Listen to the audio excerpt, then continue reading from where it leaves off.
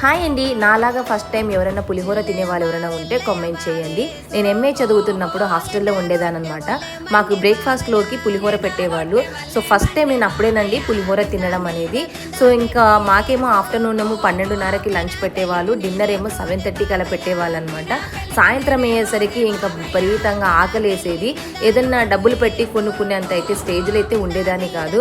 ఏదో ఇంకా డబ్బులు మిగిలితే ఏదన్నా నోట్బుక్ కొనుక్కుందామని, లేదంటే పెన్ను కొనుక్కుందామని ఇలా ఆలోచనే ఉండేది. ఎందుకంటే హాస్టల్లో ఉండి చదువుకునే వాళ్ళకే తెలుసు ఆ విలువ అనేది. సో ఇంకా ఈవినింగ్ అయితే నేను ఇంకా పులిహోర తెచ్చినది ఒక ప్లేట్ నిండా నింపుకొని తీసుకొచ్చేదాన్ని.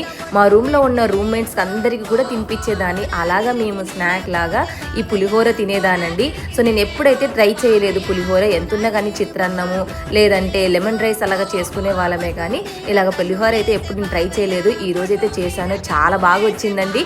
వీడియో నచ్చితే like and subscribe. Bye bye.